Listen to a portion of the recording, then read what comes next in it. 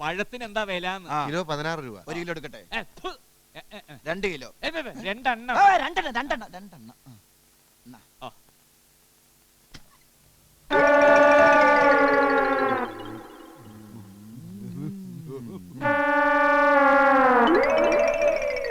എത്രയായി? 18 രൂപ. അപ്പൊ 2 പഴം കൂടെ. ഇതോടെ എന്റെ കയ്യിലെ കാശ് മുഴുവൻ തീർന്നു കേട്ടോ. എന്റെ കയ്യിലും തീർന്നു കേട്ടോ. അപ്പൊ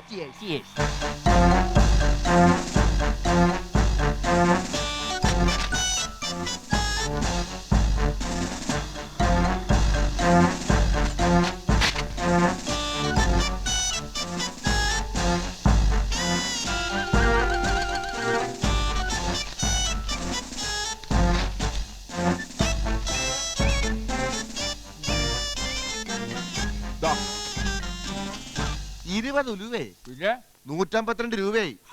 4 പഴത്തിന് 2 കോളയ്ക്കും കൂടി 152 ഉലുവയോ? 1 കൊല പഴം, 2 കോള, ഒരു മനോരമ, ഒരു മംഗളം. ഒരു മനോരമ, ഒരു മംഗളോ?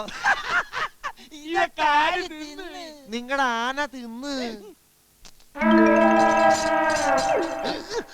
അതിന് ആനക്ക് ഇതൊക്കെ കൊടുക്കാൻ ഞങ്ങൾ പറഞ്ഞില്ലല്ലോ. അത് ആനയോട് പറ. മര്യാദ കാശ് എന്നിട്ട് പോടോ. വരട്ടല്ലേ. ആന എന്ന കാശേ ആനയോട് പോയി ചോദിക്കേ. ഈ ആനയും ഞങ്ങൾ തമ്മിൽ യാതൊരു ബന്ധവുമില്ല. ഇത് ഞങ്ങളുടെ ആനയില്ല, ഞങ്ങളുടെ കയ്യിൽ 10 പൈസ ഇല്ല. അത് ശരി. കണ്ട കാര്യം പറഞ്ഞപ്പോ അയാൾക്ക് മനസ്സിലായി. ഡീസന്റ് വിഷ്ണു ഭൈരവൻ ഓടി വേടാ. എന്ത് പറ്റി? ആനെ കൊണ്ട് ആളെ പറ്റി നടക്കാം.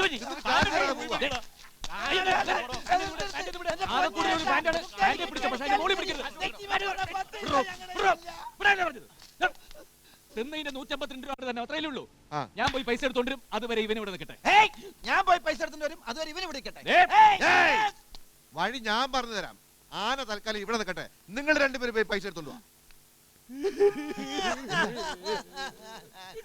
ഞങ്ങളൊരു കൂടപ്പിറപ്പിനെ പോലെ കൊണ്ട് നടക്കുന്നവളാ ഇവള്. ഞങ്ങള് വേഗം പോയി പൈസ എടുത്തോണ്ടിരാം. അതുവരെ ചേട്ടൻ എന്താ വേണ്ടെന്ന് വെച്ചാ കൊടുത്തോളൂ കേട്ടോ. ഒരുപാട് ഓവർ ആവല്ലേ കേട്ടോ ഭൈരവാ. മോളെ ഒരു മനോരമയും കൂടെ തിന്നോ. ഞങ്ങൾ പോയിട്ട് വേഗം വരായേ ഭൈരവാ. വിട്ടോളാ. നിക്കടാ, എന്നെ കൊണ്ട് ഇനി ഓടാൻ വയ്യ. നിനക്കോടാൻ വയ്യെങ്കിൽ ഞാൻ നിന്നിട്ട് എന്ത് കാര്യം? നിക്കടാ അവിടെ. അയ്യോ, എന്നെ കൊണ്ട് വയ്യ. ഇന്നാകെ കൂടി കഴിച്ചിരിക്കുന്ന 2 ഉണക്ക പഴമാണ്. ഇത് കേട്ടാത്തൊന്നും ഞാൻ 2 കൊല തിന്നു. എന്തൊക്കെയായാലും എന്താ, ആ മാരണം തലേന്ന് ഒഴിഞ്ഞു പോയില്ലേ. ഇനി എന്നെ കൊണ്ടൊരു അടി പോലും മുന്നോട്ട് നടക്കാൻ വയ്യ. എങ്കിൽ പുറകോട്ട് നടക്കാം. എന്റെ ഈശ്വര, എവിടെന്നെങ്കിലും ഒരു ഓട്ടോറിക്ഷ പറന്ന് വന്ന് നമ്മളെ പൊക്കി എടുത്തോണ്ട് പോയിരുന്നെങ്കിൽ.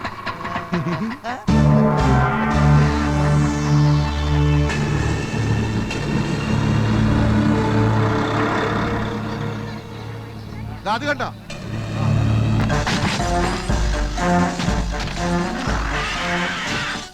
ഈ പണ്ടാരത്തിന് എങ്ങനെയാലും കൊണ്ടുപോ. തൊന്തരവായല്ലോ ഇത്. അയ്യോ എന്തൊരു തൊന്തരവ്, ഇതെന്തൊരു തൊന്തരവ്. നീ തന്നെത്താൻ വരുത്തി വെച്ച വിനയല്ലേ ഇതൊക്കെ? ഒരു പെണ്ണിന്റെ പേര് കേട്ടപ്പോ ചാടി പുറപ്പെടാൻ ആരെങ്കിലും പറഞ്ഞോ? വിഷ്ണുക്കുട്ടന്റെ പൊന്നമ്മാവൻ എന്തൊരു സ്നേഹമാ മരുമകനോട്. തട്ടിപ്പോവും മുമ്പ് കൊടുത്തഴച്ച പാരിതോഷികം കൊള്ളാം. അതിങ്ങനെ ഒരു ആപ്പാവൂന്ന് ഞാൻ കരുതിയോ? ജീവിതകാലം മുഴുവൻ പോറ്റിക്കൊള്ളാന്ന വക്കീലിന് എഴുതി ഒപ്പിട്ട് കൊടുത്തും പോയി. ഇനിയിപ്പോ നാട്ടുകാരെങ്കിലും തല്ലിക്കൊന്നാലും ഞാൻ വേണം സമാധാനം പറയാൻ. കൊമ്പരാനെയായിരുന്നെങ്കിൽ അമ്പലത്തിൽ എഴുന്നള്ളിച്ച് 10 കാശെങ്കിലും ഉണ്ടാക്കായിരുന്നു. എനിക്കൊരു ഐഡിയ. നമുക്കിവളെ ഇവിടുത്തെ ഏതെങ്കിലും ക്ഷേത്രത്തിൽ നടക്കിരുത്തിയാലോ? പൊന്നുമടത്തിൽ വിഷ്ണു നാരായണൻ വക. കഷ്ടം. എടാ, ഇവിടത്തെ അമ്പലങ്ങളിൽ പെണ്ണാനെ നടക്കിരുത്താൻ ദേവസ്വംകാർ സമ്മതിക്കില്ല. എന്നാൽ നമ്മൾ ഇവളെ ഈ കൊമ്പനെ നടക്കിരുത്തുന്നു. ഇങ്ങോട്ട് കേറി വരിക. നമസ്കാരം. നമസ്കാരം. നമോ ഭാഗം. ഒരുക്കങ്ങളൊക്കെ ആയിരിക്കണോ? ഉച്ചശീവേലിക്ക് മുമ്പ് ഇങ്ങെത്താന്നായിരുന്നല്ലോ പറഞ്ഞിരുന്നേ. അതെന്താ ഇപ്പൊ ഇത്ര വൈകിയ? ഇറങ്ങാൻ തുടങ്ങിയപ്പോ പതിവില്ലാതൊന്നും ഇടഞ്ഞു. ഓരോത്തുനിന്ന് ഇതുവരെ ഒന്ന് വിട്ടു തന്നിട്ടില്ലേ, അതുകൊണ്ടാ. നല്ല ലക്ഷണമൊത്ത കൊമ്പൻ ഇല്ലേ രാവണിയാരെ? ഹായ്, ആ കൊമ്പിന്റെ ഒരു എടുപ്പ് കണ്ടില്ലേ? ഇത്ര ചെറുപ്പത്തിൽ ഇത്ര വലിയ കൊമ്പോ? അടുക്കണ്ട.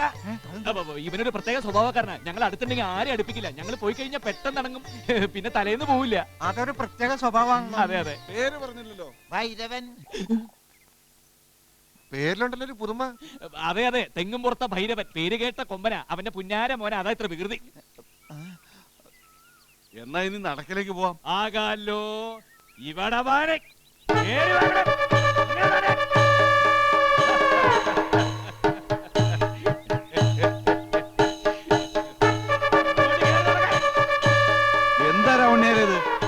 എന്റെ ഭഗവതി എന്തായി കാണുന്നത്?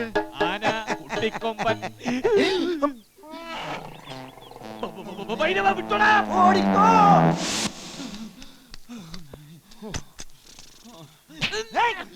എന്താ ഇത്? പിടിയാനയ്ക്ക് കൊമ്പ് വെക്കാൻ ബുദ്ധി പറഞ്ഞു തന്നെ ഞാൻ തന്നെ. പക്ഷെ ഇത്രയും ചെറിയ ആനയ്ക്ക് ഇത്രയും വലിയ കൊമ്പ് കുത്തിക്കയറ്റാൻ നിന്നോട് ആരാണ് പറഞ്ഞത്?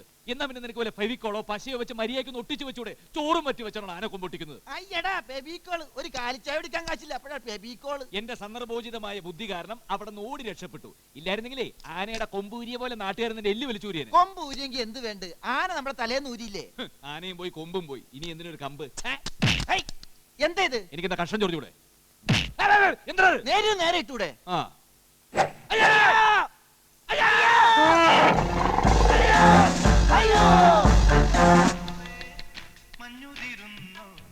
നീ ഒന്ന് അടങ്ങിയിരിക്കും ഭൈരവ. അടങ്ങിയിരിക്കാം. ആദ്യം കെട്ടെന്ന് അഴിച്ചുവിട്. പട്ടാള ക്യാമ്പിൽ പോലും ഇങ്ങനെ ശിക്ഷ. ഇനി ഈ പട്ടാള ചിട്ട നിന്റെ അടുത്ത് നടക്കും. ഒന്നും രണ്ടും അല്ല, അബദ്ധം എനിക്ക് കുറെ പറ്റിയതാ. ഇനി ഇത് മുഴുവൻ വടിച്ചിറക്കി ഇതിന്റെ പണിക്കൂലിയും വെറുതെ പതപ്പിച്ച സോപ്പിന്റെ കാശും കിട്ടിയിട്ട് ഈ കെട്ടിയാൻ ഈ നക്കാപ്പിച്ച പ്രശ്നത്തിനാണ്. നീ കയ്യിലെ കെട്ടെന്ന് വെച്ചിട്ട് ആവശ്യമുള്ള കാശ് പോക്കറ്റിൽ നിന്ന് എടുത്തോടാ. ഓ, അങ്ങനൊരു വകുപ്പുണ്ടല്ലേ. ആ ബുദ്ധി എനിക്ക് പോയില്ല. അയ്യേ, ഇത് മൂക്കുപ്പൊടിക്ക് പോലും തികയത്തില്ലല്ലേ. മൂക്കിപ്പൊടി തിന്നുന്നവന് തികയില്ല, വലിക്കുന്നവന് തികയും. കേശവൻകുട്ടി, നീ വരുന്നുണ്ടോ ആനയോട്ടം കാണാൻ? ആനയോട്ടോ? എവിടെ? നീ അറിഞ്ഞില്ലേ? പുത്തൻകുളങ്ങര തിമ്മംഗലത്ത് ഇന്നലെ ആനയോട്ടം. ഇത്തവണ നമ്മുടെ മനുഷ്യരി കർണന് ഓടുന്നുണ്ട്. ജയിക്കുന്ന ആനയ്ക്ക് 1,00,000 രൂപ സമ്മാനം.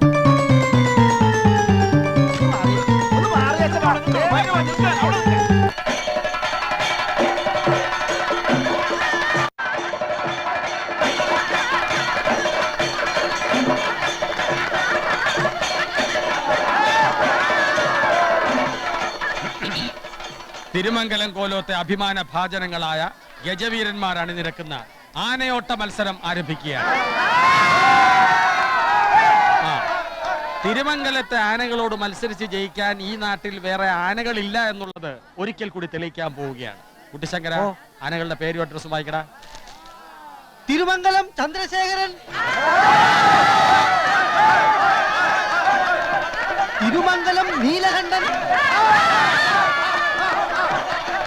തിരുമംഗലം കൊച്ചുകേശവൻ, മണിശ്ശേരി കർണൻ, ഗ്രാങ്ങാട് ശേഖരൻ, മണിശ്ശേരി അർജുനൻ, പൊന്നുമ്മടത്തിൽ ലക്ഷ്മിക്കുട്ടി, പൊന്നുമ്മടത്തിൽ ലക്ഷ്മിക്കുട്ടി. പിടിയാനാണോ? അതെ, പൊന്നമ്മടത്തിൽ ലക്ഷ്മിക്കുട്ടി. അങ്ങനെ ഒരു ആനയെ കുറിച്ച് ഇതിനു മുമ്പ് കേട്ടിട്ടില്ലല്ലോ. ഇല്ല. അയ്യോ, പൊന്നുമ്മടത്തിൽ ലക്ഷ്മിക്കുട്ടി.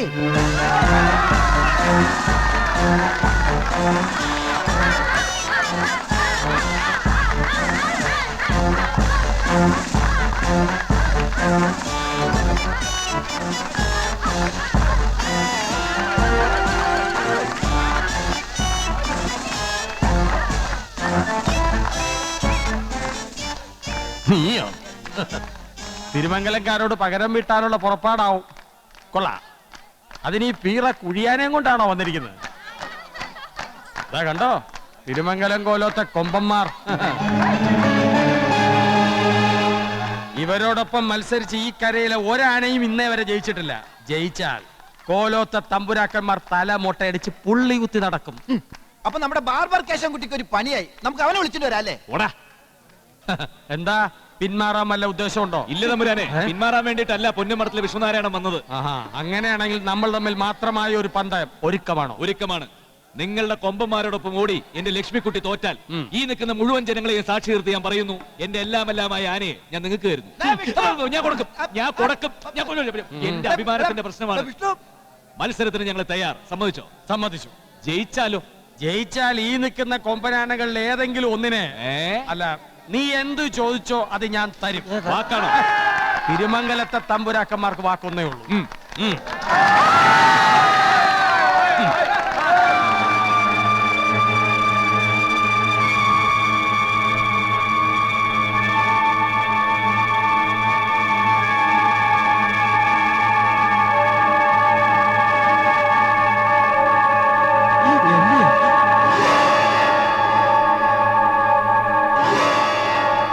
ജയിച്ചാൽ തിരുമംഗലം കോലോത്ത കൊച്ചുതമ്പുരാട്ടി പൊന്നുമ്മടത്തെ വിഷ്ണുനാരായണന് സ്വന്തം. സമ്മതിച്ചോ?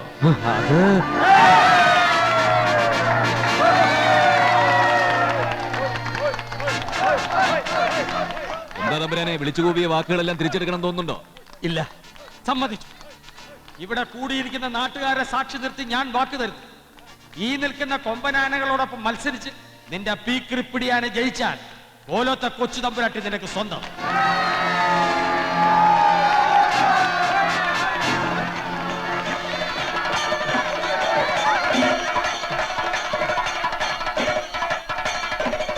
എടുക്കണ സാധനം നീ കൊണ്ട് നേടും. തുറന്ന് വാ, തുറന്ന് വാ.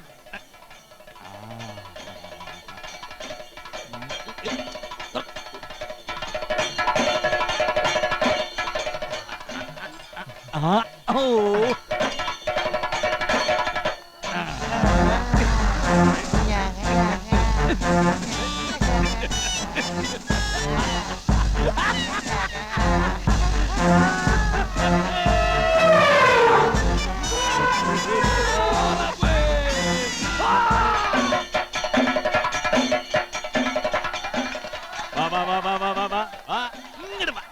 കേറി വാടി. അവിടെ നില്ല്.